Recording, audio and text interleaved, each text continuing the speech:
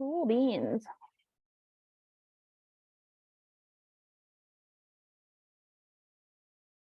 Oh, I know, it's so itchy. After collar for a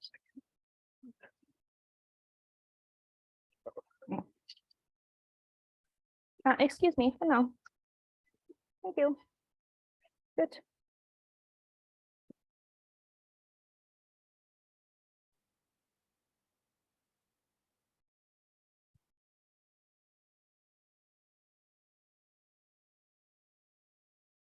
Stay.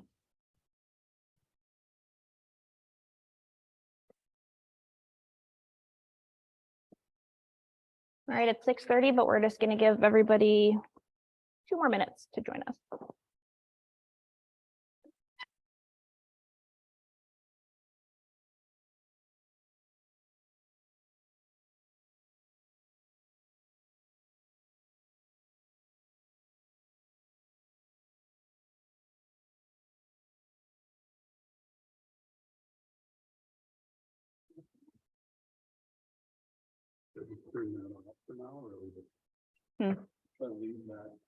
Oh yeah, no, it's fine. Okay. Yeah, if it goes black, it goes black. It's not a big deal.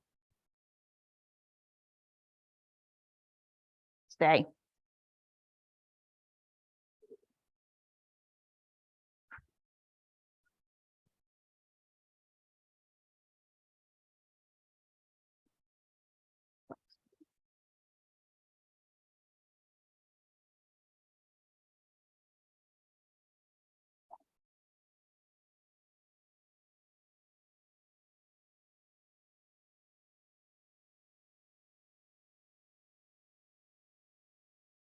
You have to sit. Sit, be a respectable citizen. No, no, no.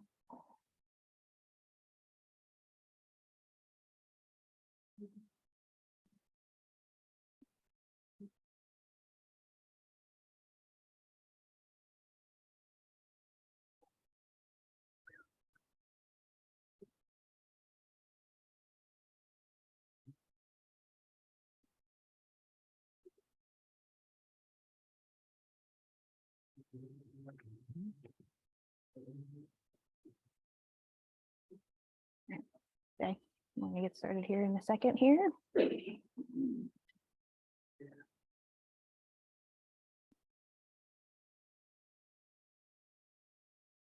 All right, peeps, thanks for joining me tonight.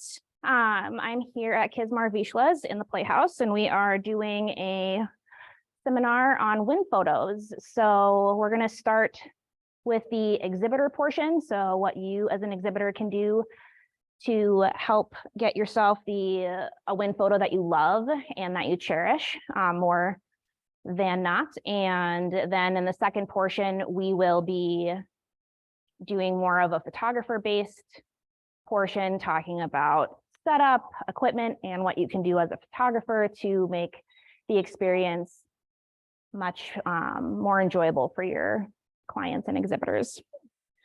So my partner here to start us off is Bell. Bellamy is his name. Black Mist, the Heart of Bellamy. He's my Shetland sheepdog. He's my first ever show pup. He's a good boy and he knows the basics of stacking. We've had decent photos of him. However, nothing I would say is mind-blowing. And so I've been doing some techniques at home to up our game for the time that we hit, hopefully, the podium box again here in the future. So I'm going to show a little bit of that, because while we all get excited to go to the shows and get on the podium, the key to getting and having a good foundation on that podium starts at home before you even get to the show. So one thing that you are going to want to do at home is work with your dog on an elevated surface. I would say as a show photographer, the majority of dogs that are good on the podium are the smaller dogs. And that is because they have to stand on a table and while they're being examined in a stack anyways. And then at home, they're more often than not on a grooming table that's really elevated. And so they're much more comfortable on a podium than the larger floor breeds. So if now, obviously, your Newfoundlands and your Mastiffs, they're not gonna be on a podium. You know, you're going to pull them from the floor.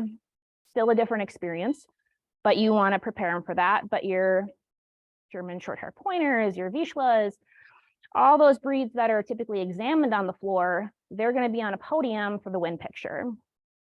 So we want to get them comfortable on elevated surfaces. So there are different exercise boxes. You could use a solid ottoman, something that is sturdy, that's not going to go anywhere, that your dog feels comfortable being on, and you're going to practice on that at home. So when you are practicing your stack, and I know that this is recommended even for your ring work, if you have the ability to have a mirror, the more comfortable that you are stacking your dog up on a podium without having that ability to see them when you get in front of the camera for your picture, it's going to be second nature. Yeah, I know you're already ready for the exercise, aren't you? Come here. So,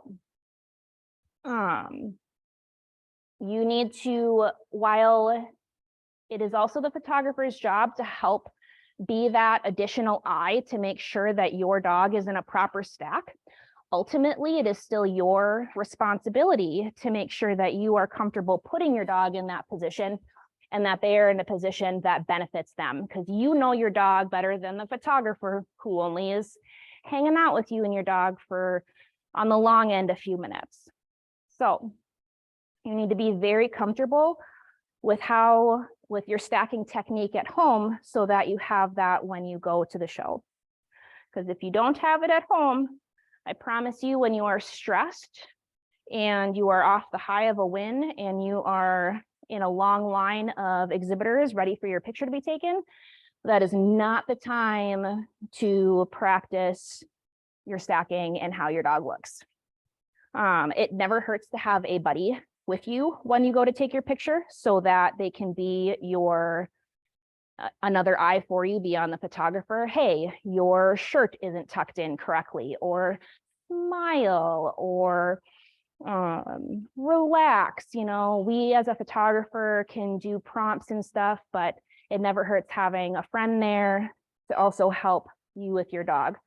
As a photographer, I 90% of the time try to have an assistant with me. It works much easier. I can stay behind the camera while my assistant works the dog, or vice versa. There are times with dogs where I might have an idea in my head and it's a lot easier for me to execute that myself and just have the, yes, we know you're working on your trick title. That's not necessary right now.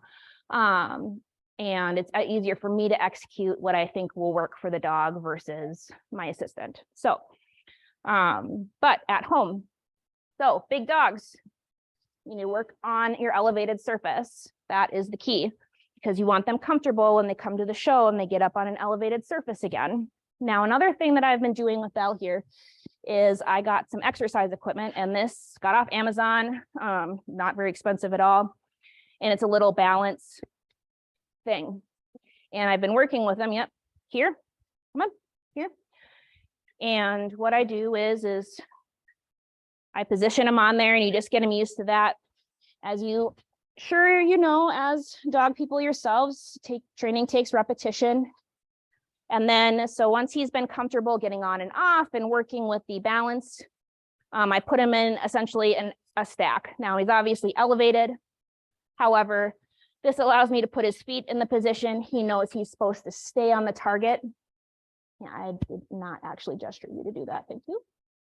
He knows to stay on the target. I can position his body how I want. You can add in your stay, and then at home you can pull back and you can evaluate how you like or dislike what's going on. Good boy. And this is going to build muscle on your dog. And, you know, it's essentially like the stacking boxes. But what I like about this is that eventually I'm going to be able to take this away and I'm going to be able to do the same exercises I'm about to show you. So what I've been doing, because one thing is posting. I know a lot of people struggle with posting in their dogs on the podium, and you can't, and it's hard to get them to stretch over that top line and have those legs underneath them and not out in front of them, especially in a non-comfortable atmosphere such as a show where they're maybe not that familiar, or in front of the camera with the lights and all the commotion. So posting is a big thing. So we do things to teach them to go over themselves. Now we use toys, we can use bait, but this is a new one that I've been doing with him that I have been very happy with the results. So what I have, after I've taught him how to be on, I have been teaching touch. And as I do that, touch.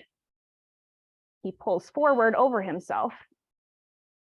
And then after he's been solid on touch, I do reach. So I put out my 2 fingers, I do reach. He knows to just stretch out his nose and stretch over himself. Reach. So then he's already now underneath himself a lot more comfortably. And I don't necessarily, so then as I come here, and he knows, oh, yep, I know I dropped it, didn't I? Yep, you're good. And we're coming in for our wind picture one day. And then we toss our treat.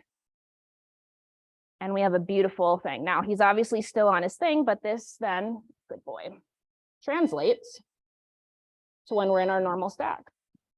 So now we'll get rid of our exercise thing, which we've been doing at home for weeks. We come to the show. We win breed, fingers crossed, right? All right. We get our dog stacked in our position that we've been working on in our mirror where we're comfortable. We have our friends say, hey, that looks great. Now I'm able to use the camera here a little bit.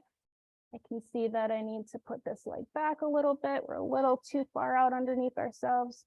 All right, now if you look at him, he's posting here, right? Stand. He's not underneath himself.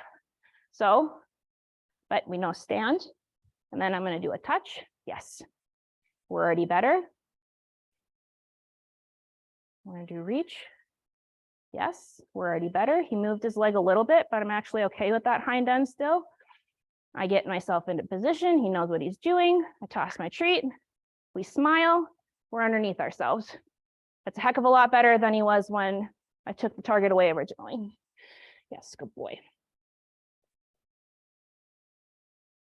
Some people I've heard will put up like a board to work their dogs over.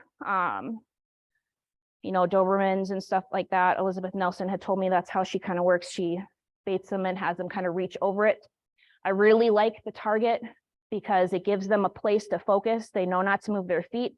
It's building muscle in the meantime. And then you are able to teach those commands, remove the exercise thing, and then you're able to use these techniques as you need to at the show. Now, obviously, depends on your photographer, depends on the time. You want to get this down so that your dog has this as just like a reflex. So you set them on the thing, everybody looks good, reach, toss the toy, pictures taken, done. But that'll help bring them over themselves. Any questions so far? Did you join with the audio? Uh-oh, can we hear things? Can somebody tell me that we can hear things? Or not? I hope so. I feel like we would have had more sadness.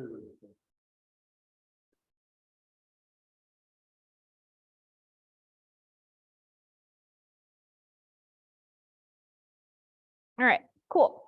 All right, so that's your home portion. Any questions on that particular portion before we bring in our dogs here, and then we're going to go over some other stuff? Okay, I'm going to put Bellamy away here, and then we are going to pull in one of our demo dogs, and we're going to go over handler position and all that fun stuff.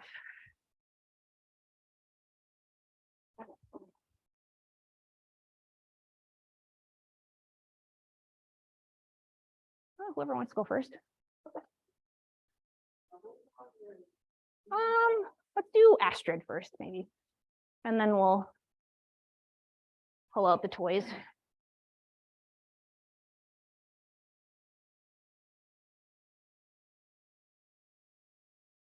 Oh, clean up my bait here.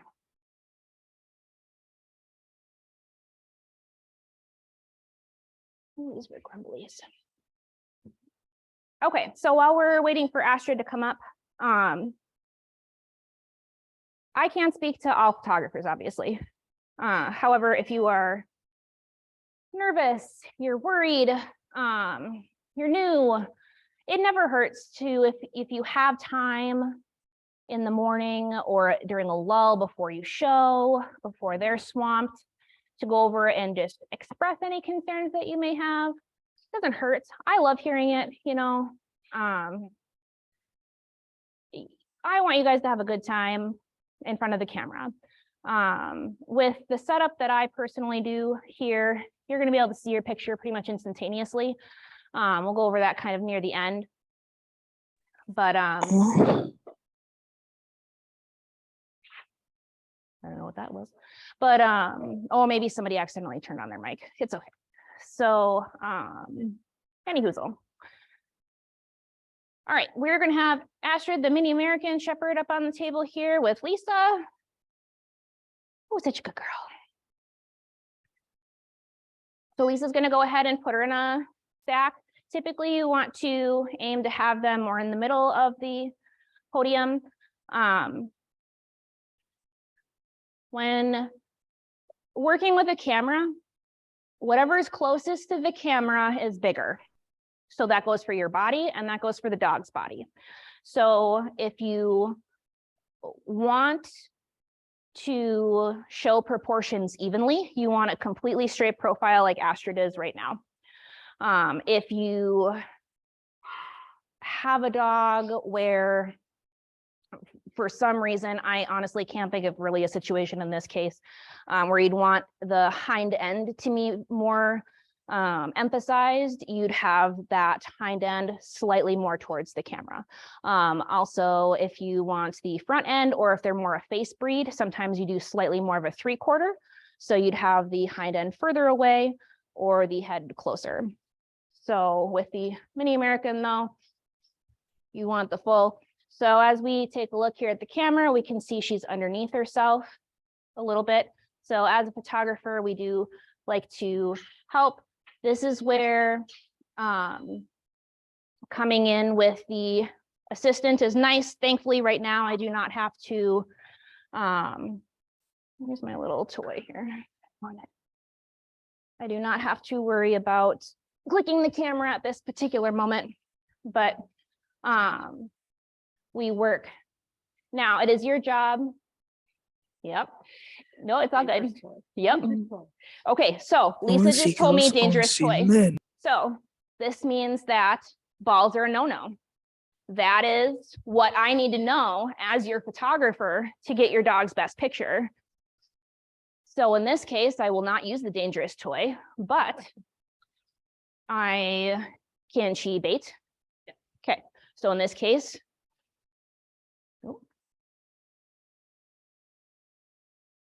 and then pull out. And now she's underneath herself. So at that moment, as a photographer, I would have hit it as she pulls over, or my assistant would have.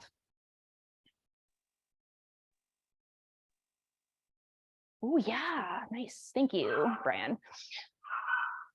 So it's all in the timing. If you're a photographer watching this, she's doing very good. Do you need a treat for her? Yeah.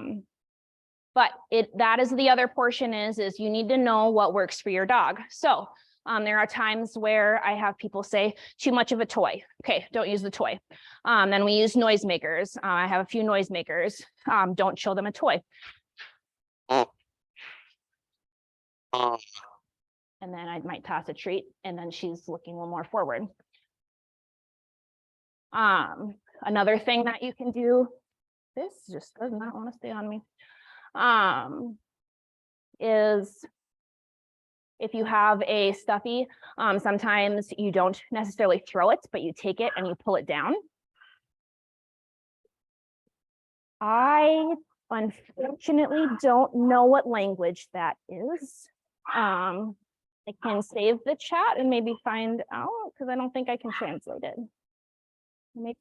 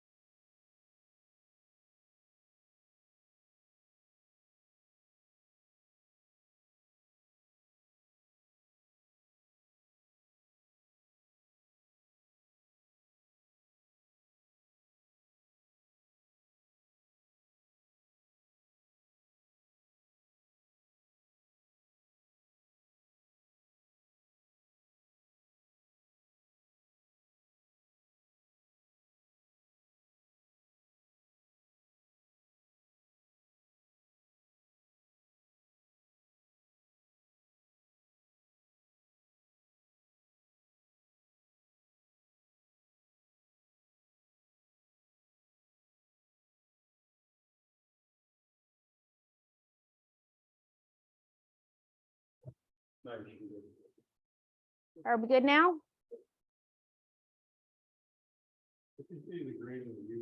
Yes. Okay. Okay, cool. Sorry about that, guys. Okay, maybe on the shirt. Maybe that would be more solid. I know, but that's what keeps falling off. Oh yeah, I could do that. You love this, I'm sure. Oh, I don't care. Okay. I've had a kid. Everyone cares. This is what everybody wanted to hear, right? All right. So body position. So whatever is directly towards the camera is the largest. So if you stand straight on, we're looking at basically a big old rectangle. Women, we don't want to look like a big old rectangle. I don't want to look like a big old rectangle. So choir practice, right? We want to be 45-degree angle. We good, Kathy? Okay.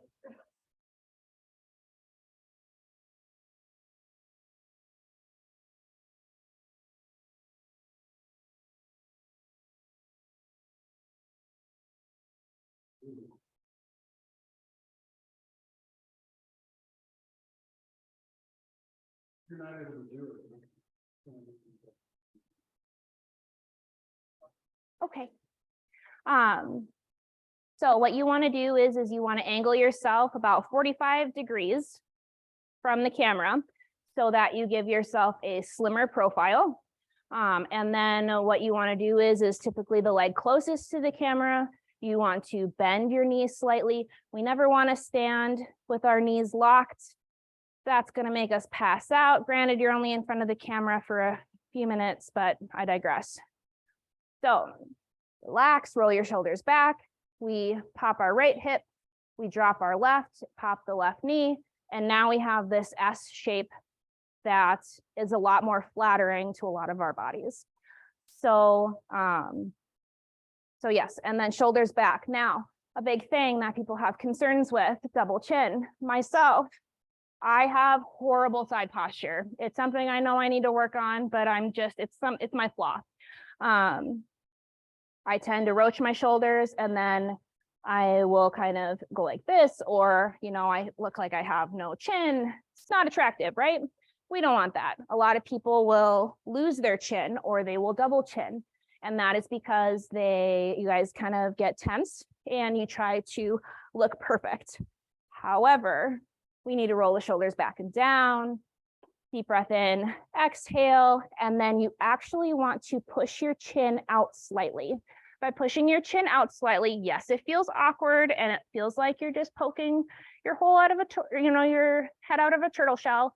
However, when you do that and you have your shoulders back and your chin slightly out and down, you're not going to have that double chin as much. You're going to have that nice separation from your chin to your neck that gives you the space, versus if you're like this and you're just trying to smile and then you're losing all definition in your head and neck. So shoulders back and relaxed, chin forward and down. Any questions? Looks like we have gotten rid of a lot of people. This is so weird that we're having creepers. It's very unfortunate. Well, they had to submit to my website and then I put it on my photography page, but that was an hour ago. Like it hasn't been out there. Well, I don't know. Sure. Okay. So anyways, if you have questions that just because the chat is being flooded, maybe, well, I want that up there just in case we lose connection or something with the mic, but feel free to write your questions down, email them over, send them over on the photography page, and then I can do a follow-up series, just like a quick little video with all frequently asked questions during. So when you're positioning yourself, remember, we are not straight on. We are going to slim our frame. We are going to create an S with our body. We're going to relax and we're going to put our chin forward and slightly down to give us definition. Now, this is a lot to remember when you're also worrying about your dog. Practice at home. And I know it's not fun, but I promise, even if you're standing in front of your mirror every morning, you get dressed, you go, and then you practice holding out your dog's lead and you smile because you're having fun. But then when you go in front of the podium, you get your dog stacked and then you just drop into it. It'll become second nature. But in order for it to become second nature, you got to practice. All right. And then as your photographer, ideally, they will relay to you to relax, smile, have fun. However, we all know that isn't always the case. So that's why it's important that you do your part as well. We are going to have Sarah come up here with Snert, and then I'm going to direct her on her body. And then we're going to show you how looking at dog versus looking at the camera, because I know that is a common question as well. One of the inquiries that I did have through the email system was, what do I do, or having difficulties with a 3/4 stack of the bulldog, because it's hard to get it right and the photographers usually don't help. Well, that's the home thing. You need to get comfortable with how your dog looks from your angle on an elevated podium at home in the mirror. So then when you go down that podium, you're able to replicate that. You know what it looks like from above because you've been doing it every single day. And then you get in that front of that camera, and then the photographer, if they're not helpful in that case, it's not a big deal because you've cinched it. You're good. Oh, beautiful Snert. All right, so she's going to get her beautiful. So as photographer, I personally would ask her if she wants to stretch her legs out a bit. With my setup, I'm able to take a picture here, which I need to. So now she can look at the camera that's right in front of her. Well, we were able to. Can you see it on this one? Yeah, okay. And so then she's able to readjust. Now we're going to take another picture.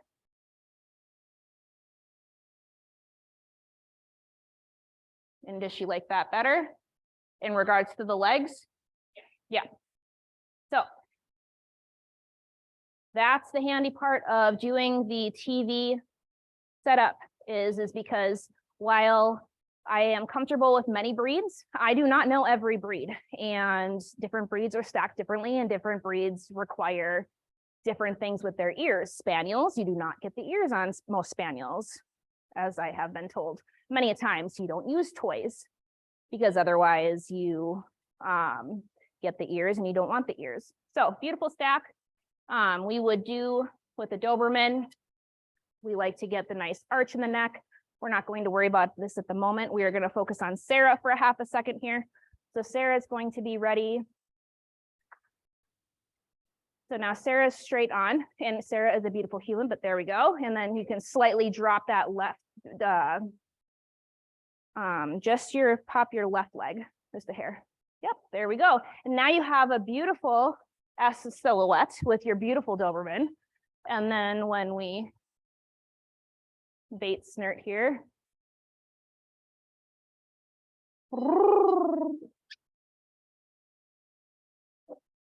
We have a beautiful smile. I'm gonna come up. Why does it keep?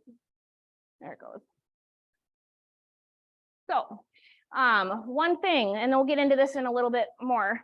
If you get the perfect picture of the dog and the human portion is not so perfect, they don't love it.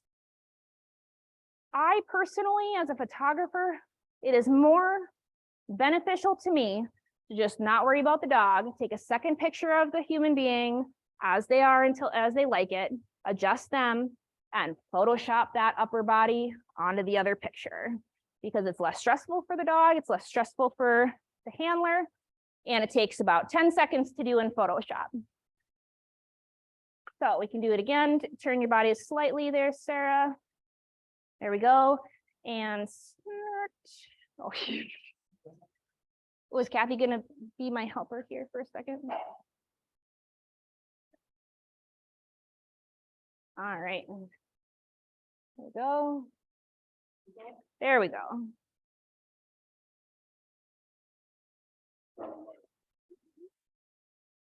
Beautiful. Yeah, and you're looking fabulous in that one. We can just cry and okay, all right. I know everybody loves to be cropped out of the pictures, but you look gorgeous. So we have a beautiful stack. We have an up and down rear. She's standing over herself because we have the lovely Kathy off to the side assisting with the toy.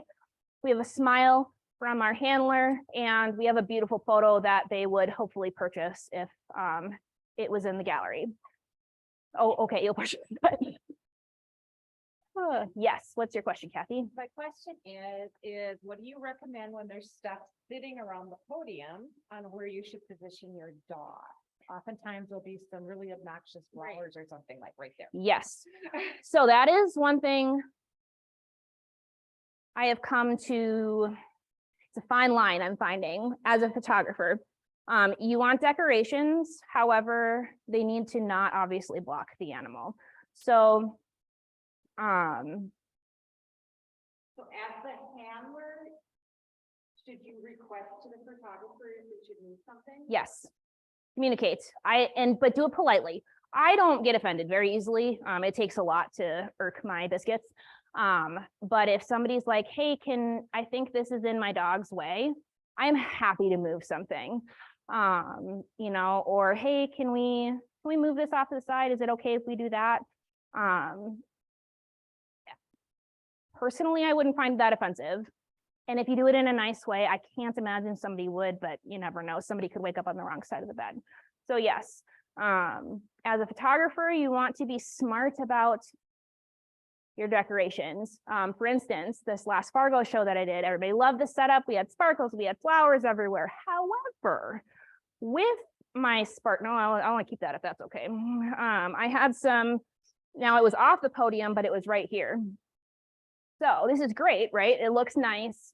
Even with the judges, it kind of complements. However, if you have to Photoshop or if they want to use the picture for an ad, this is not fun to edit. You can, I did it, but it is not recommended. So off to the side, preferably out of the way. Most of the dogs, you can still have things kind of overlap, which is just fine.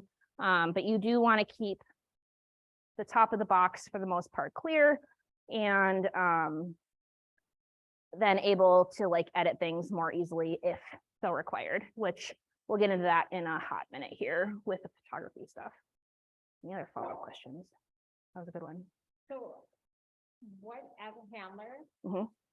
you see like the crook in my elbow right up on her head? That Yeah. to me has always been distracting in a photo. Okay. So my solution to that, and I realize that I'm like doing my dog a disservice, but I realize now after Mhm. about 100 win pictures, I'm doing my dog a disservice when I do this, right? So my goal was I'm gonna straighten my arm by Mhm. tucking away, but now I'm cutting my dog in half.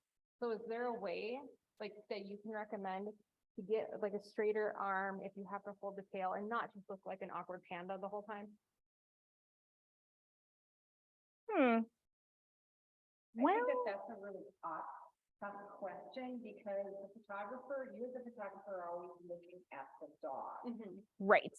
And you're trying to ignore a little bit what the handler's doing, which I would like to, from a handler perspective, you did an amazing job of telling how to train your dog. You should also look in front of a mirror to figure out how your body position should best train your dog. Oh yeah, no, that's what I said. When you're getting dressed in the morning, every morning you should get dressed in front of your mirror and you should practice how you like looking with your body. Yeah, great. So, But also with the dog. oh, with the dog, yes, yep.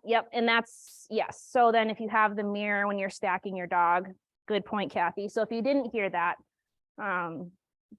you need to work with your dog and see what you like best too. So from a personal standpoint, that wouldn't flare out to me, but it is for you. So, I mean, let's see here. So we have here, let's put it live here on the TV.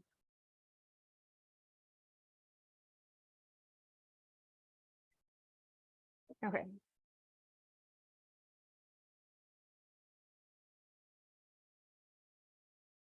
That's okay.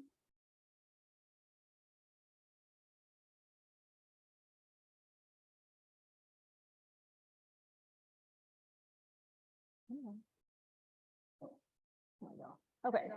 You have one, you have a chat on this.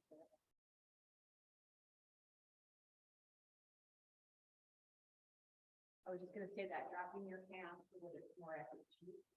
So here, Yeah, there you go. Then you don't have a bend and you're more straight. then I can stand quick and reverse and then top of it. Okay, I don't know that one. But Yeah, perfect. there you go. Send your arms more hidden. Yep. And now I'm not, like my elbow isn't framing the curvature for that. Mhm. Thank you, whoever you are. in the Yeah. Good job. See, and this is, I am not above learning anything. So I appreciate these comments, and I typically learn at least 3 or 4 things at every show that I do. And that is important. So, but you're going to find that by working in front of a mirror with your dog, by yourself, with the dog.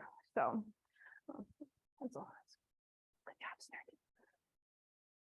Okay, any handler body position questions before? Do you have any advice for multiple people in the picture? Yes. So, yep, that was on the list. I was getting there.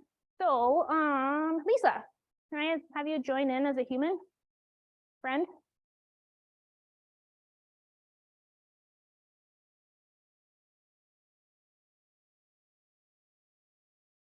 All right, so if we have our human friend here, once again, choir, same concept. You want the 3/4 view.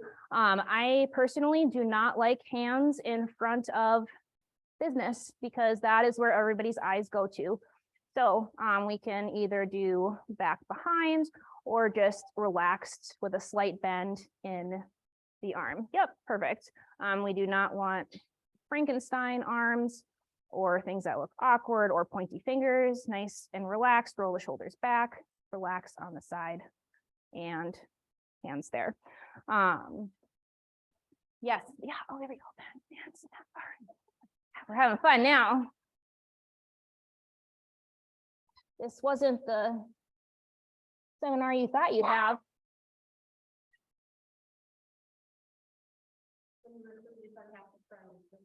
Oh, I don't care. That's good. I don't mind. It's a good movie, okay?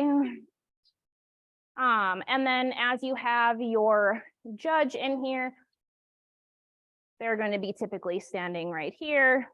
A lot of the stuff I want to add is kind of photographer based. So multiple people, but yeah, it's the same concept. Hands at side, not in front, roll the shoulders back, nice S curve. Men, you have the glorious ability to typically, you don't necessarily need an S shape in your body as a man. For a more masculine approach, we're gonna have Brian come over here for a second and join us, and we're gonna kick Lisa out. You still want to do a 3/4 view, keep your knees relaxed and bent. And then, you know, roll your shoulders back, relax, and relax your hands a little bit more so they don't look like mitts. Yeah. They're all shown Like strand, like have them on your, Oh. there you go. Because otherwise they look crunchy and you don't want to be crunchy. Who am I to you? You're her, Owner? sure. Yeah, you're the money backer, money guy. Beautiful dog, beautiful stack we got here. It's great. Glasses may or may not reflect. Typically, if you turn them down a little bit, you don't get that issue. Or if you are okay with taking them off, that is my dream come true. So to not have to worry about reflections. There is going to be lines. It is going to seem like everybody wants you to move, move, move. But I promise you the judges want you to have a good picture just as much as you do. With the TV setup, there were so many times where the judge was then able to look at the picture as well, and they would be like, no, I want you to fix their stack so-and-so. You know, and they were more than happy to stand up here for a few extra minutes to get that perfect picture. There were so many like that. Mr. Troy was one of them this summer. He was, well, Troy's his first name, and Mr. Dargan, Mr. Troy, wonderful judge. But he was more than happy to stand up here in a few minutes, look at the camera, make sure we had the right one, and give feedback on how to get that perfect picture. So, all right, Snert, you're done. And then we're gonna do some fun stuff with the Papillon to get some ears. And then it'll be Torrin's turn to show us a dog who might not be prepared.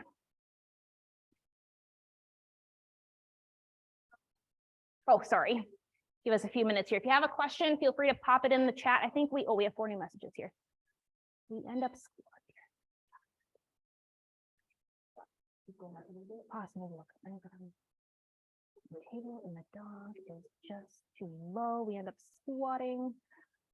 Oh yeah. Yeah, I can't necessarily speak to, this is another thing I can't speak to other photographers on.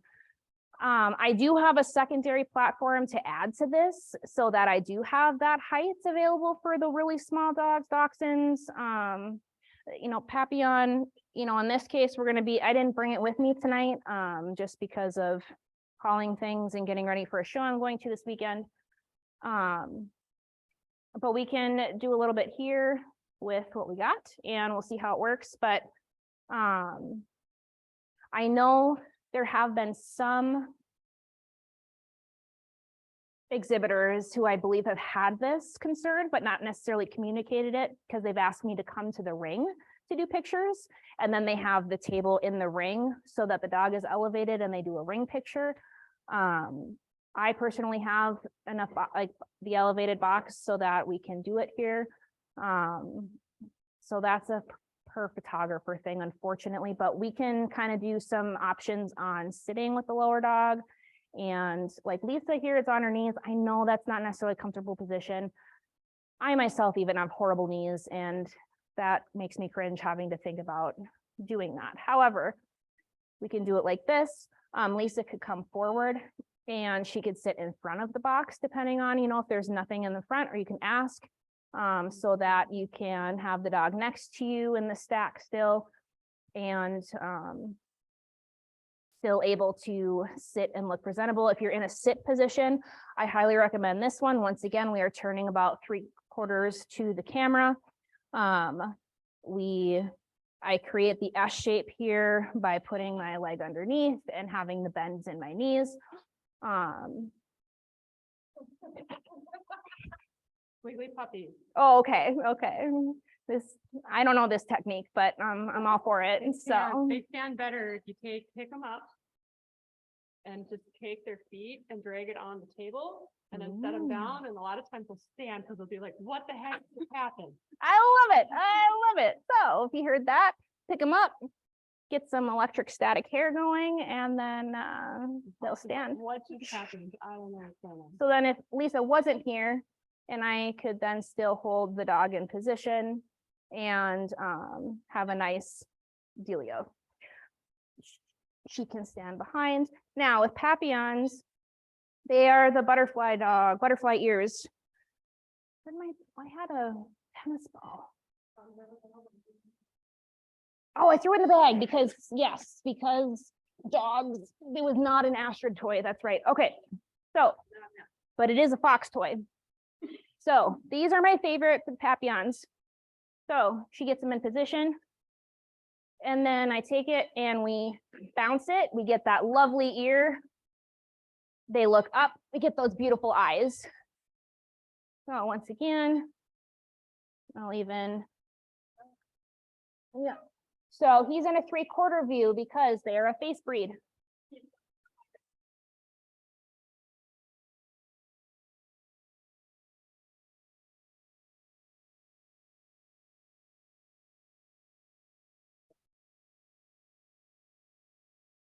We have our coach here on the side. See, Kathy, you can't see her here. We're gonna pan over. Kathy here is Lisa's +1, and she's helping her position Fox so that he's in his best deal. All right, so now we're gonna go Fox. Let's see your test. All right, Fox. Bounce. We lost our secondary. Oh, there it is. Yep. So yeah, we got a little bit of shadow. So this is where I'd probably adjust something to bring it in a bit more.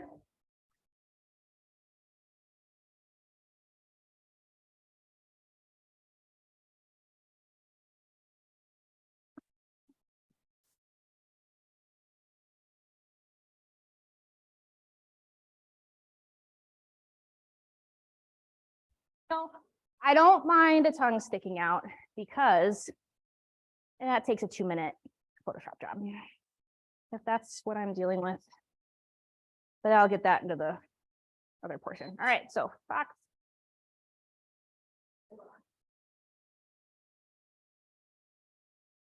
Once again, this is where the friend and yeah, and patience, exactly.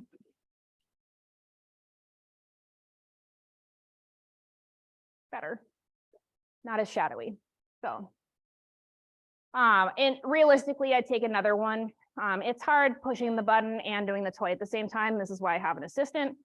I'd want his head slightly more elevated than we have it here and a little bit more, but this is more on the downside. So it's all about timing and practice and doing the toy, but you have lovely ears and thank you. And you have a little blep of a tongue. It's adorable.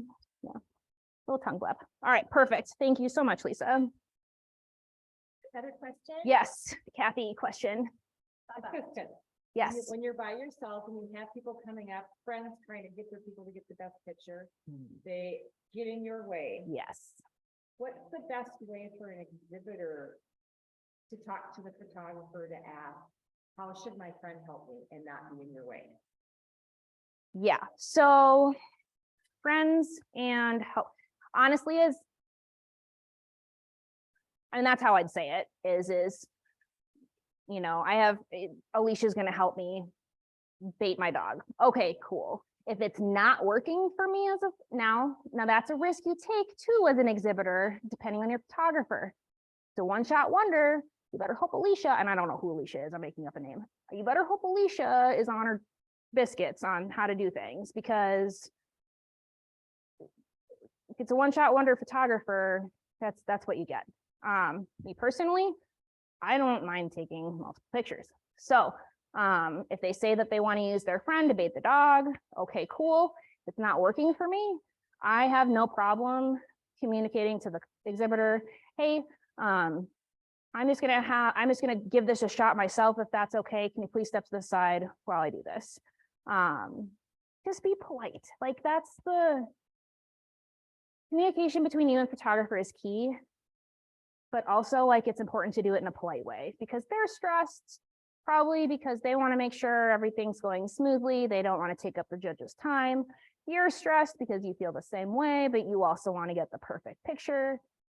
So you just need to take a moment and breathe and just ask nicely. I mean, manners get you so far in the world.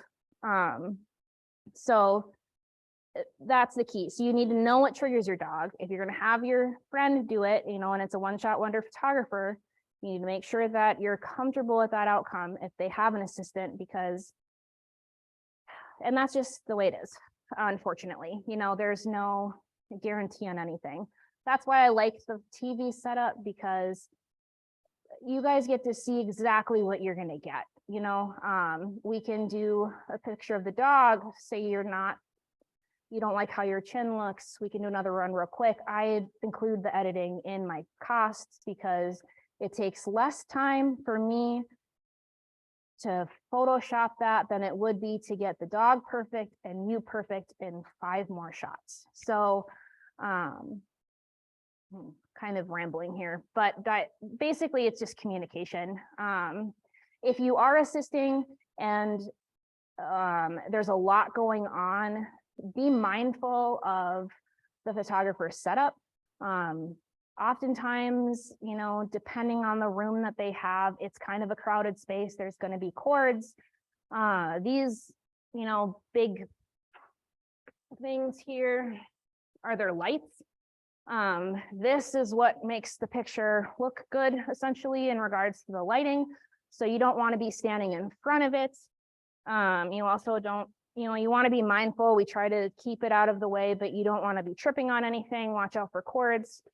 You know, as a photographer, usually I'm telling whoever is assisting, whether it's my assistant or the exhibitor's friend, where exactly to stand, you know, because you don't want them too far back. Otherwise, you're not getting in their profile very well, or too far forward.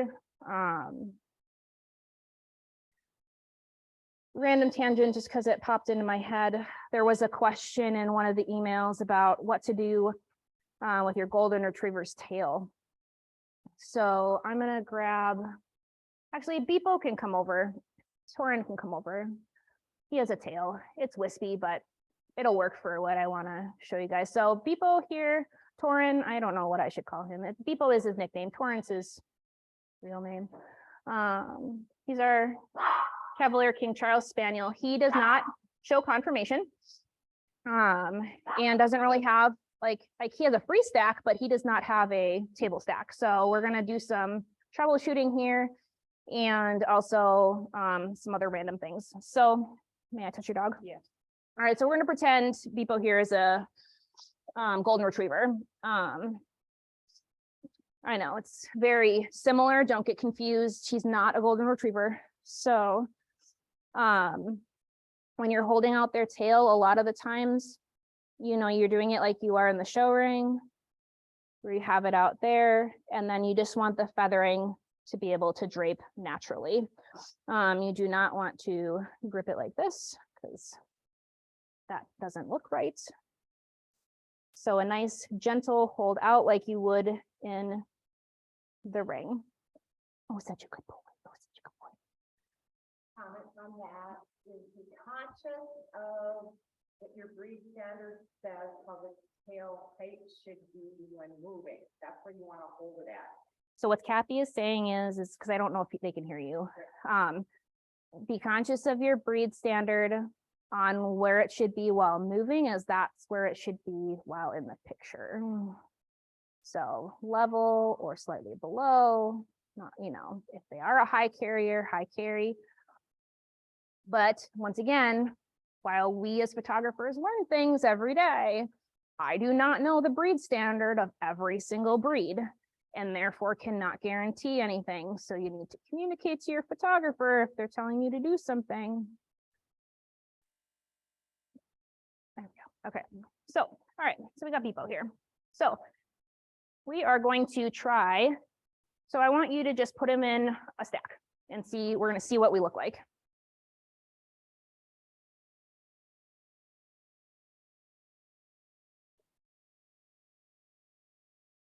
Okay, so we have a lovely posting stack here, which Taryn has said is typical for him. So he knows touch. So I want you to have him in a stand stay and then do the touch. Right, and now as we're looking at this, and you can kind of see it, see how his hind end is so much bigger, and it's because it's towards the camera more. So, hi, you are a face breed. So we are going to do a slightly more.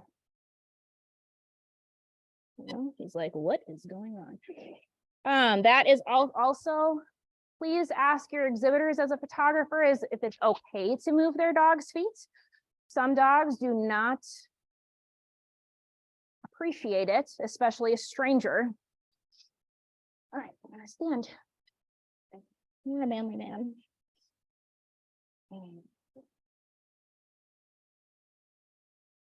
Where are you going there, man? Oh, no, it's fine. Okay. Perfect. Nope. He's like, I sit. Yeah. I am a sit dog. Yeah. And then this is also where. Good boy. Now do touch. And do it again. Beautiful. Now, Beepo's never done this exercise before, but we are slightly more underneath ourselves in this moment than we were just normal stacking. And we got a nicer top line, as Kathy observed. So what Taryn's homework would be before she goes to the show is what we did at the beginning. If you want to take him down or around to the other side, and then have him centered onto the.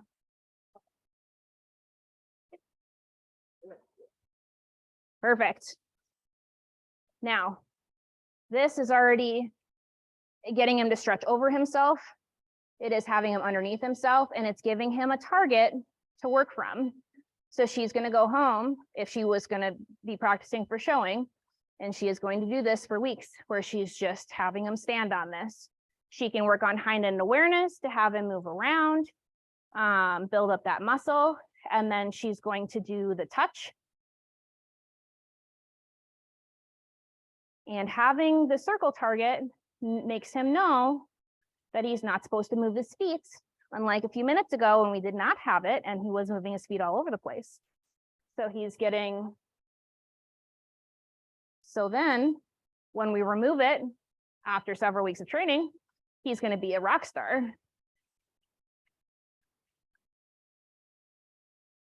All right, and then we'll have him off for a second. So now that he's kind of grasping the concept, he's a smart dog. Now we're going to put him again in a stack here.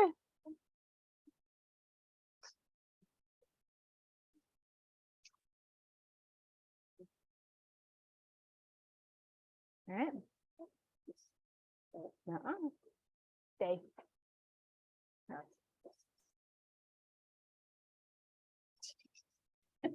But we grasp the concept. So if we were here and showing, I'd be able to hold him in place. I'd do a touch, we'd get the picture because he's in a nice stack. Nice top line, much better. Some dogs are not going to cooperate. They will just not have a good day. They will have been amazing in the ring, and then they are like, I'm out, I'm done. There is nothing wrong, if you're okay with it, of doing a sit picture with your dog, where they can just sit on the podium. Can I borrow Snert for half a second? Another common ones that many judges actually recommend. There was a Rhodesian Ridgeback who was a puppy, and she was just, it was at the end of the weekend, she was tired. They just put their front feet up. Oh, I know there's so many goodies on here now, isn't there? And then we get a nice position their front feet. Beautiful. We have the ribbons, we have the toy, and we toss. And she's like, I'm done. But I digress. So you don't really have. Right, you don't really have anything. Here. Do you work for toys? And then we have a beautiful stacked pose. And this is more comfortable for the dog. You still get that beautiful front end, their chest, those eyes and ears, but then you're not worried about them posting or how their hind end is looking, and it's a lot less stressful. Can I still be 3/4? Top?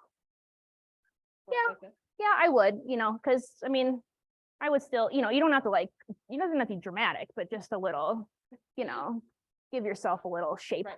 Yeah. Okay.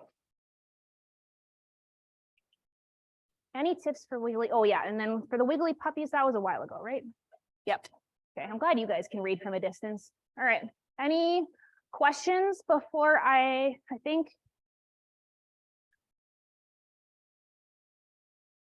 Yep, so we need to keep positive attitude, practicing at home, by yourself, with your dog, focusing on your dog. It's gonna be, you need it to be second nature. If it's second nature at home, it's gonna be a lot less exciting at the show, and it's just gonna fall right into place. Where to look? 99% of the people look at the dog. The dog has accomplished the championship, as an owner handler. And myself, I like looking at the camera. I don't know, personal preference. Most people say look at the dog. totally up to you in all retrospect, see what you like best. So practice at home, set up have your husband or your partner, wife, have a camera and, do both options while you're doing your practice positioning and see what you like best. 99% of the time, people will say, look at the dog. Personally, I say, look where you want to look. Talked about what to do if they don't cooperate, got the home exercises. Any other things before I go on to talking about the photography portion? I'll give you guys a few minutes here. I'm going to grab a drink if anybody wants to type anything, and then I'm going to release my peeps probably if they want. I mean, they can hang out, but I think we're done with the doggy handler portion.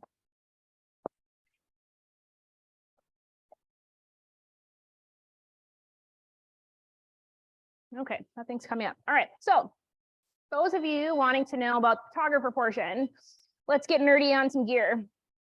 All right, so my personal setup, I use 2 lights.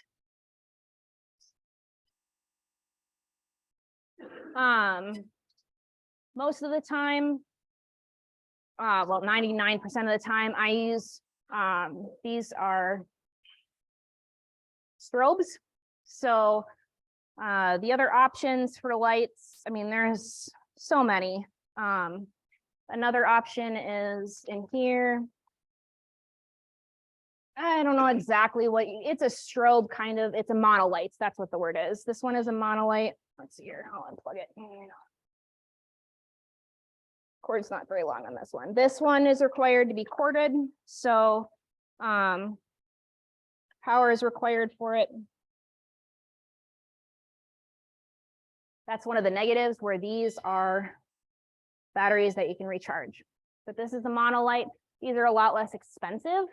I want to say that these are around $100 a pop. Don't quote me on that. It's been a few years. Strobes, which are a lot more powerful. They're more expensive, but they do a really good job. Battery lasts a while. These are nice because they do not require an electrical outlet, and they're powerful enough that you can use them outside if you need to. The other option are speed lights. So those are, I want to say 120, 150, I think, at least back of the day. I don't use those really either, but those you can use on the top of your camera. And I'm going to grab that here real quick.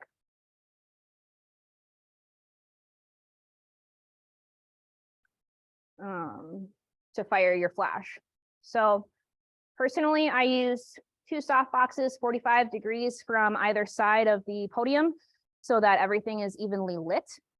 In regards to the camera settings, in order to sync with your flashes, your shutter speed needs to be 1/200th of a second or less.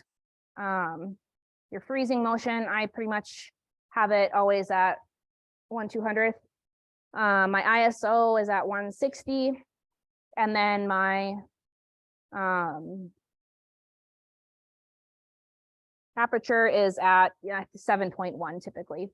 I don't like, you can do like one below that is 6.3. You can go higher, usually 7.1. I always focus on the dog.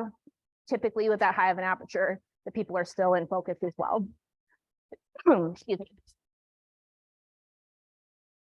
On top of the camera here is the trigger. So this is what communicates to what is in the lights that you use. So all my gear is Godox, Godox. It's a good brand and it's budget friendly.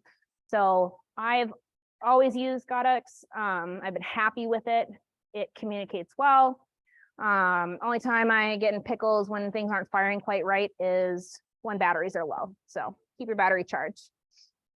Now this cord coming out is a micro HDMI to regular HDMI. So that is what goes from the camera to my TV.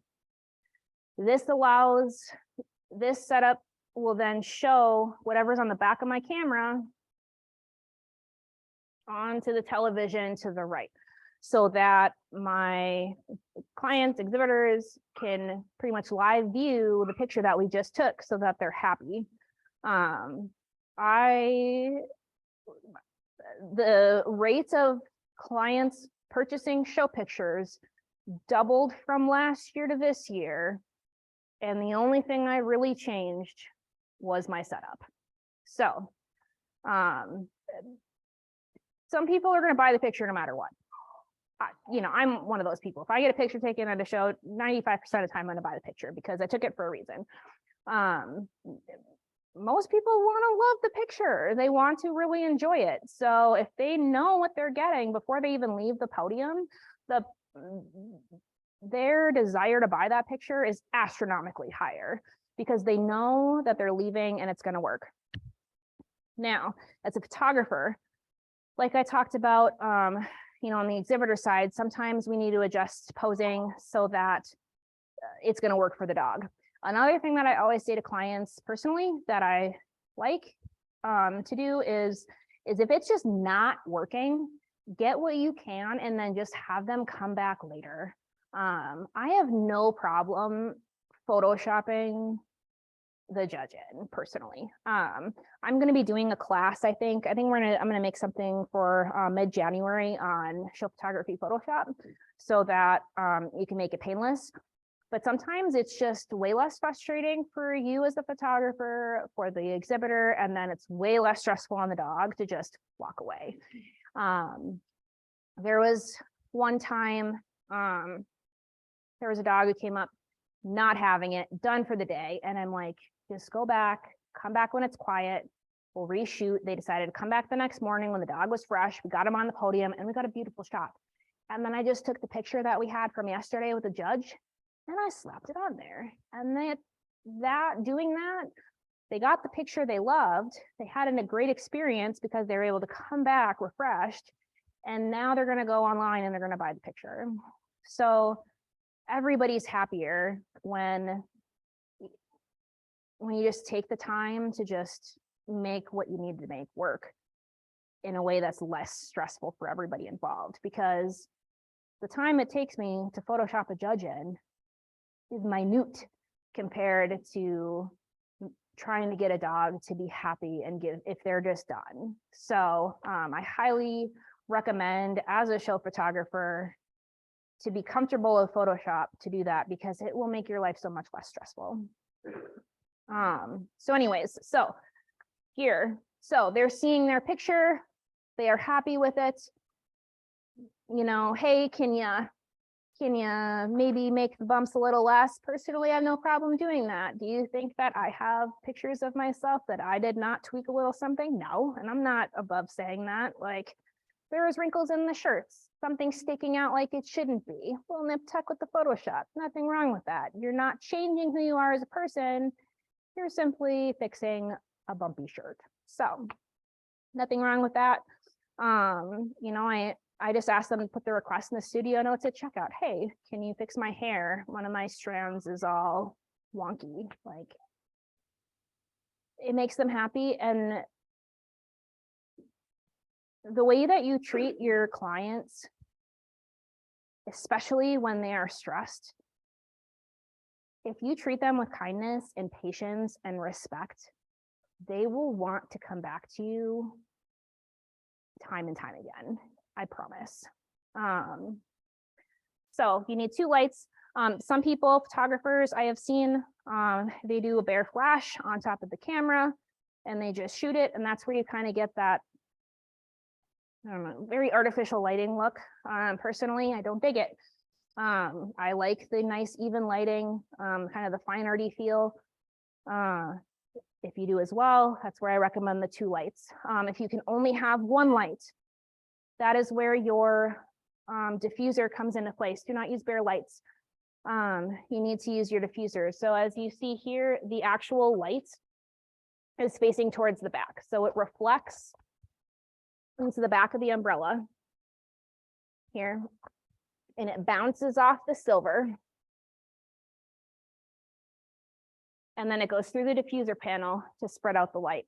So when you are outside on a cloudy day, you have a much softer light because that sunshine is going through the clouds and essentially it's one huge umbrella. Versus if you're photographing outside and it's direct sunlight at high noon, you're getting shadows. So this softens your light and spreads it evenly. If you can only have one light due to your setup, your budget, what have you, you need a modifier on the light. So if you are using it on top of your camera, I don't know if I have it with me, but there's a product called a MagMod. Now there's other brands. I don't know if I have it with me. That would have been too convenient. But essentially, it's honestly, just like a piece of plastic. And it's a circular piece of plastic that goes. So if you have a speed light on the top of your camera, or if you have, like these come with a modifier that I can anchor on, and then I'd be able to do it like this. So, but it's just like a big old bulb, essentially a plastic bulb, and a soft plastic, and it sits on top of your thing and it evenly distributes light. So it gives a softer look than direct flash. Actually, I have one. oh no, yeah, I'm sure you do. Can I borrow your puppy? And she can just sit on the box, normal. This nothing needs to be very exciting. Can we have it so it shows the TV again, Brad?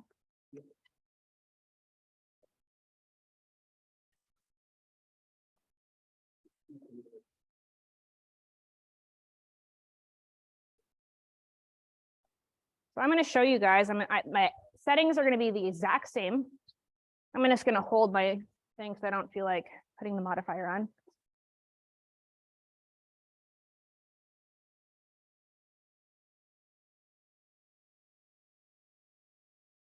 Going to give it a second before we go here. Oh, good. I'll look at show the- Oh, I see. Here, let me get you a picture and then we can. There's the one in the box. Okay. All right. So if right now I'm just going to hold this on top of the camera, bare flash, and I'm going to show you guys what it looks like. It's not going to be pretty. All right. So.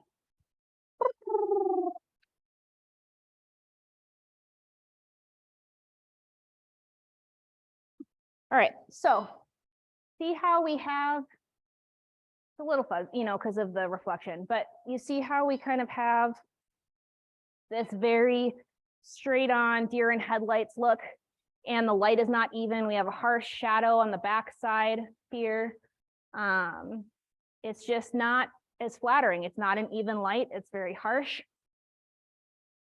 Now, if I take my one light, so we're just hashing this out as if we only had one light as a photographer to show. So if we use our diffuser box here, I only have my one light. Oh, there's a thing there. I was like, what the heck?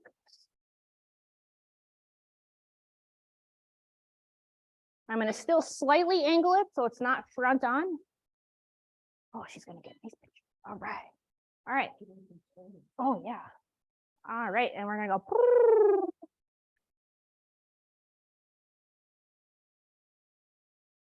So now, once it, well, that's what it's harsh on the, it's not as harsh on the actual.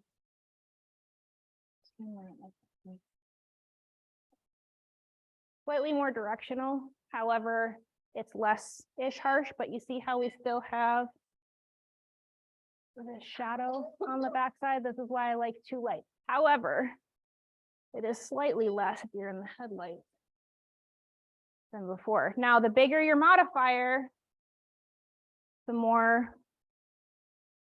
the bigger the modifier, the more even. This is falling down my pants. It's so comfortable. It's not loud. All right, what this looks like. Even that's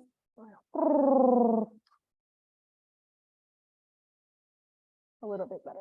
So there's a reason why I like a 2 light setup. You don't get those harsh shadows.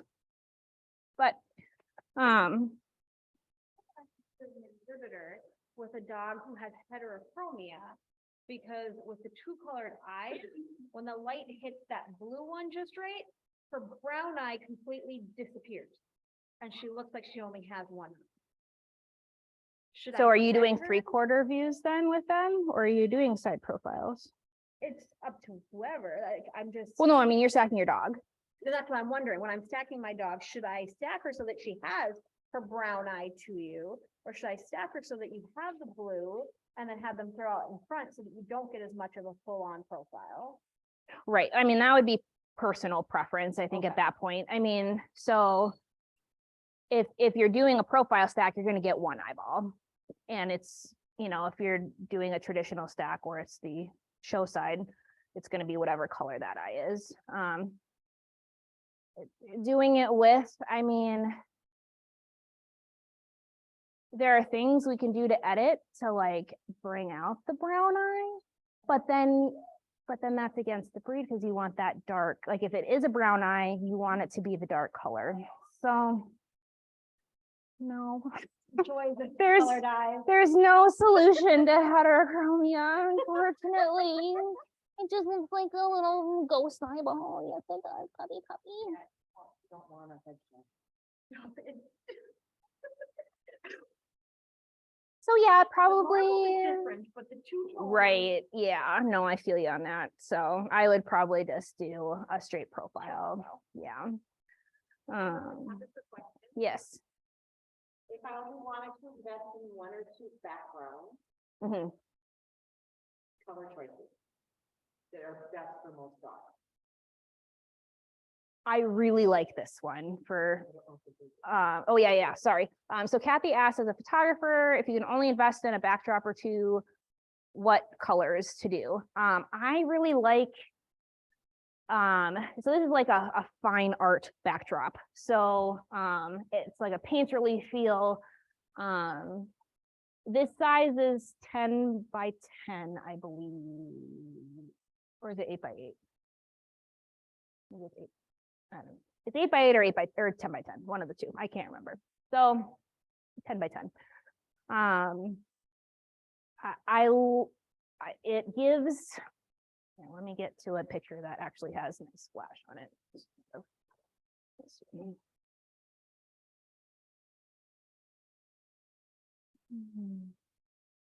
That'll work. So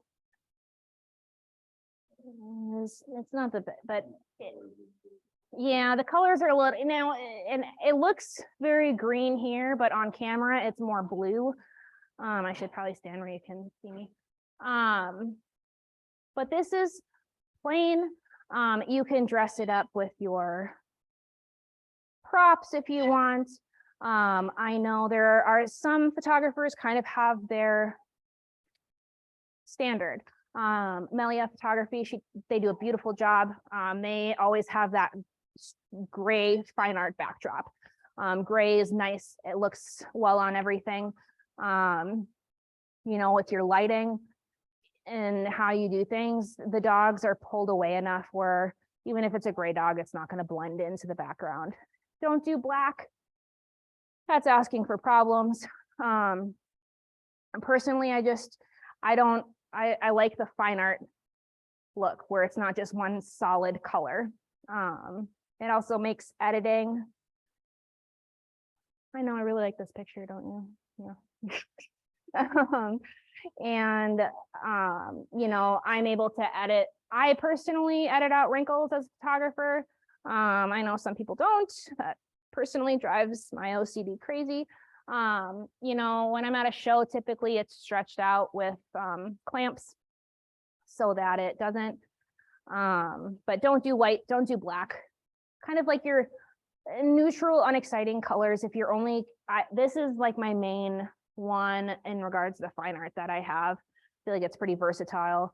You know, there are ways to edit it in Photoshop, or if you wanted to switch it up, it's easy to manipulate it. Sarah is just over here taking all the pictures of her. You know, I'll send it to you, right? Like an actual picture, I'll send it to you. Okay, so yes. it's I kind of like doing something signature. So kind of my thing that I've gotten into is I love sequin backdrops because I love a little spazzle. I'm doing a UKC show this weekend. It's glitz and glam. So of course we're doing the sequin. Next month, it's going to be winter roses. So is the theme with purples, turquoise, and blues. So with that one, I actually ended up ordering yesterday.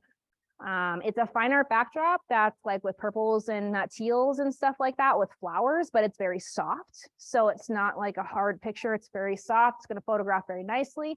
And then I'm going to do sequin panels on the side to kind of extend my backdrop and give me a little bit more room.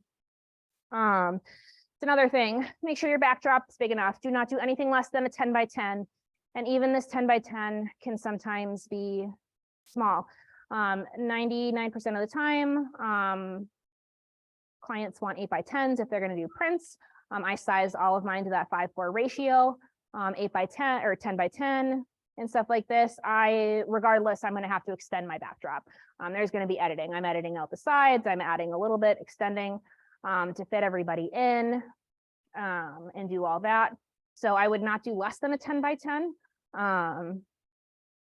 Technically, I'm going to be doing an 8 by 8 for my one next month, but I'm adding in the panels on the sides. So that'll extend my sides and my frames so that I am able to have my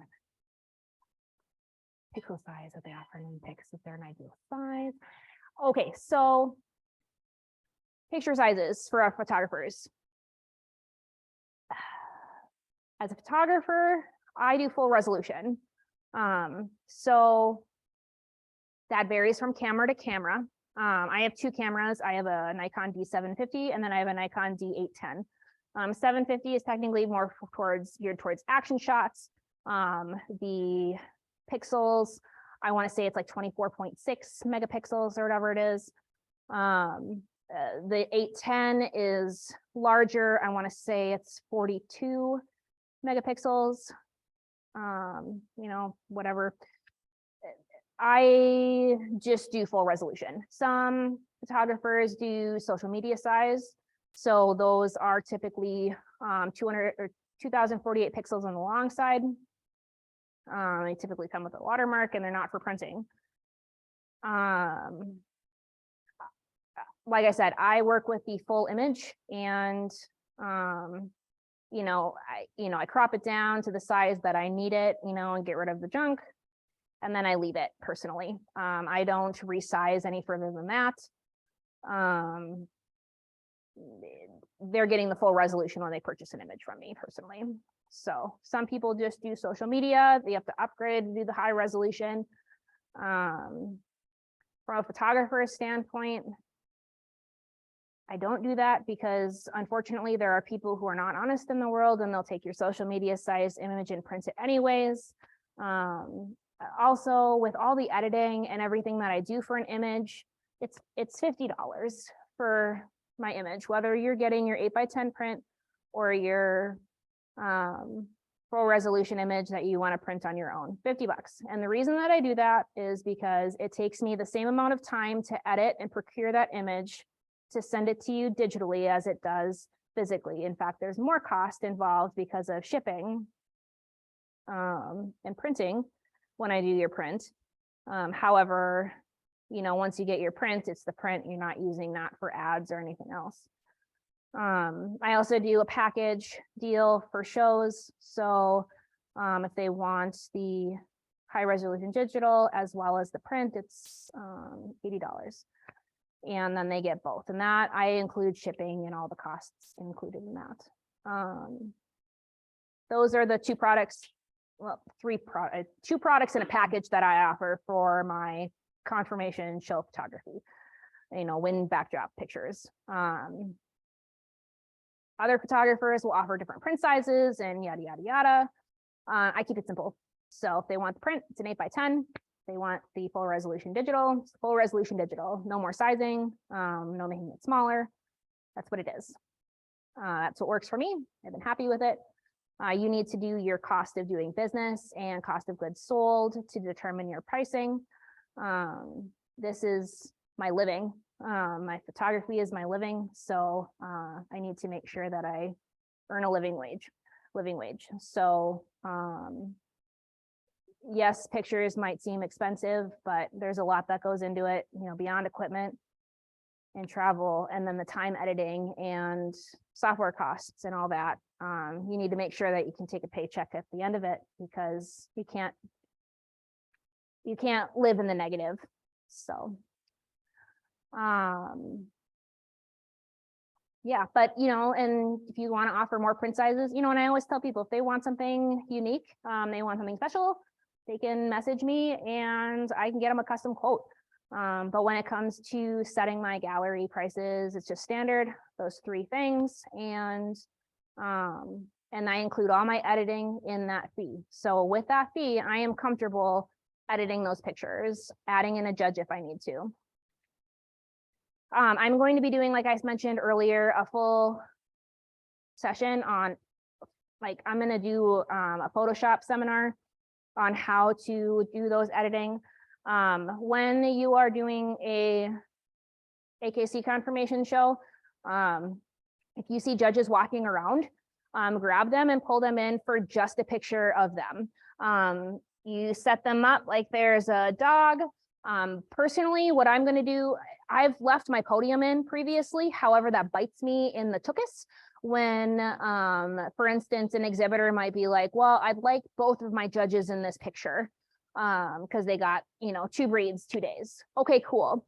You know, not a problem. I can Photoshop them in because they're not available at the same time. So my future shows, I will be pulling my podium off to the side so that I can get a full body shot of them without anything. So then when I stick them behind the podium, Photoshop easy, not a big deal. I have everything I need to work with and I don't have to edit astronomically. So as you're waiting between rings finishing and you see a judge, or if you just finished a whole bunch of pictures with people and the judge is still there, say, hey judge, do you mind if I please get a picture of just you, just in case I have to Photoshop you in. I have never had a judge say no. However, be very polite about it and ask them if they have time. You know, hey judge, do you please have a moment that I can just take a quick picture of just you? And they're usually 100% for it. And then usually they'll give me a goofy face for the first one, you know, and then they give me a nice one. So you just have them, once again, you know, side, however, and then just smiling, looking at the dog. Easy peasy. So sneak them in and get them done. Oh yeah, I had some questions about breaking into photography with dog shows. It's still a work in progress for me even. I happened upon it by chance. I was, when I got Belle, I joined the Shetland Sheepdog Club, Lachlan Shetland Sheepdog Club. They asked me if I wanted to do the specialty photos that Friday for the show. I was like, heck yeah, I'll give that a shot. Made a box, did it. It was fun. The week before that show, I was at puppy class and I was talking to Claire and I mentioned that I was doing that and that it was fun. They happened to not have anybody for their Fargo show that year and asked if I wanted to do it. And I said, heck yeah, let's give it a go. And then I've just been building that relationships. I will say cold emailing doesn't work. You kind of have to know somebody. It's about what the club wants. You know, many photographers that have been doing it for decades, and it is very hard to break into it. Start small, start doing other things. And as you grow your relationships in the dog world, there may be more opportunities. It is not as simple as sending an email and hunky-dory, whoop-de-doo, now you have a schedule full of confirmation shows. Not how it works. If you have a local UKC club, that might be a place to start. Win photos are not quite as common as they are. You know, they're standard at AKC shows, UKC shows, kind of hit or miss. I feel like it's growing more and more, and so that might be a place to start. You know, working with a photographer, I have no qualm. Like I said, I hire assistants. If you want to hang out with me and learn how to do it and work with me, I have no problem doing that. Not everybody does. Not everybody wants to share the world. There are enough shows, though, I believe, in the world, let alone the States, that there's room for everybody. And it will only benefit our clients and the exhibitors if we work together and create a standard of, like, a base standard of what they can expect in a positive way. Giving them a good experience not only makes them feel better, but honestly, it pays the bills. Like, they're gonna buy the photos from you if you give them a good experience and you give them a good picture. You need to communicate with your clients. So as a photographer, so if I don't know the breed, I ask. I'm like, or if it's one where maybe I haven't had them in a while. Oh, you have an English setter, no ears, right? Right. So I know that we're not doing anything. They're going to set the dog up and I'm going to take the picture. Pretty straightforward. Just be nice about it. Toys, and noise. So usually I like to have a variety of squeakers. Tennis ball is standard. This is the inside of one of those squealy pigs. Love it. With the noisemakers, though, you need to be conscious of the rings. If you are right next to a ring or something important is going on, don't use the really loud duck call. Like, let's be smart about it. Treats, I will typically have treats around me because I have my own dog. However, in the treats that I buy, I always do made in the USA. I do not do any cheap treats because that's a problem waiting to happen, but I rarely offer treats to exhibitors' dogs. It is on them, and if you're an exhibitor still watching this, it is on you to bring the bait for your dog, because I don't want to be responsible as a photographer for giving your dog diarrhea. So bring what is good for your dog. Like I said, I usually do made in the USA treats. I like freeze-dried chicken or liver. It's literally then just liver or chicken. And then they know what's in it, and I can say, hey, can they have some freeze-dried beef liver? Yes, awesome. Then I can offer it to them. But that's why I very rarely will offer or bring my own treats. When it comes to podium, but even like private portraitures, the YouTube is your friend. If YouTube dog head tilt noises, there are so many videos, and then I just play them and then they do the work for me. So that's a key little trick there. Would love a Photoshop spinner. Yes. Yes. Oh, yeah, I know. Photoshop is amazing. I love Photoshop.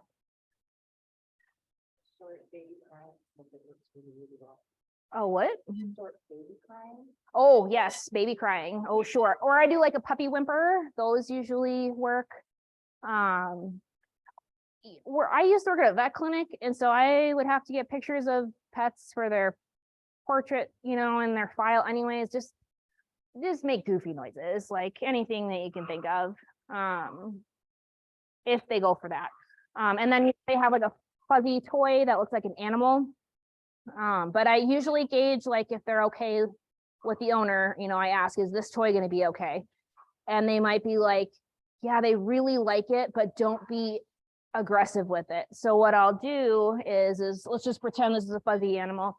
I take it and I don't actually throw it, because sometimes if you throw it, then they're going to want to leap after it.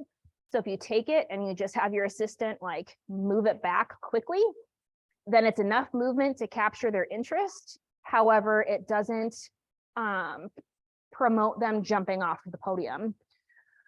Same with, there are plenty of dogs where I've had to almost get in the picture with them.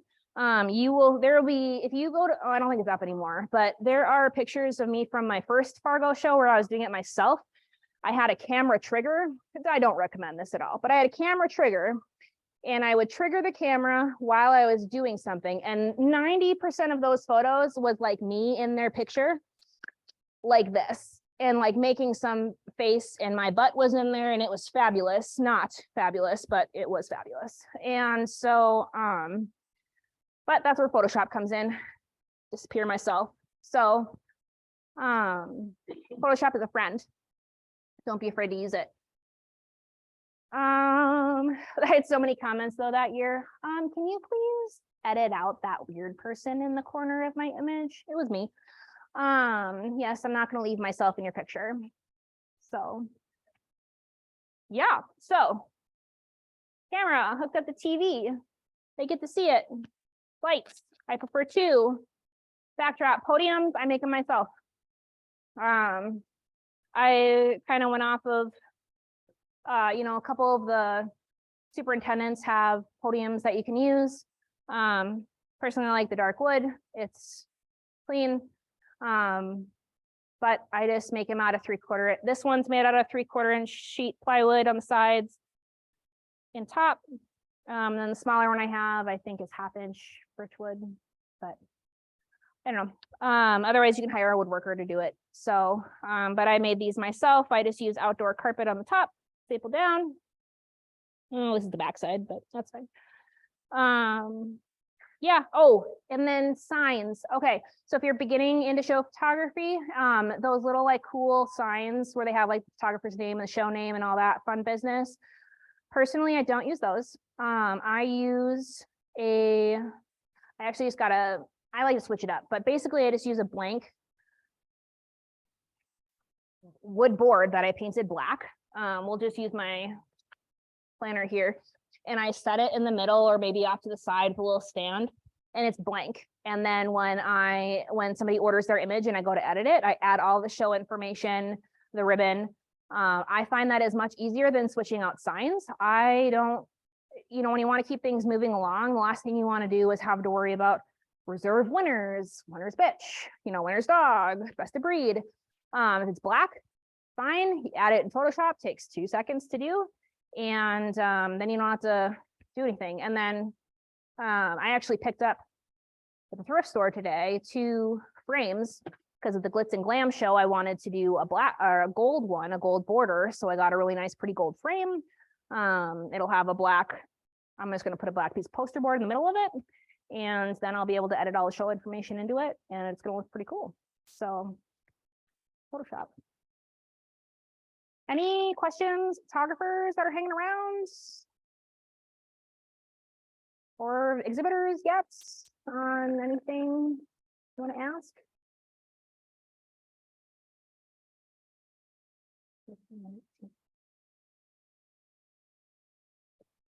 Sweet. All right. Well, if you think of anything in the meantime, I'm going to be uploading this to YouTube.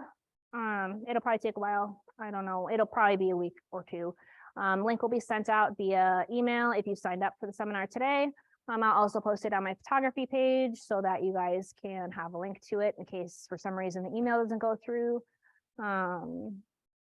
If you have follow-up questions, shoot me an email or a message on my business page and I will answer it if I can. And if I can't, I'll hopefully find somebody who can. Otherwise, thanks for hanging out with me. A good hour and a half. And you guys have a lovely rest of your night.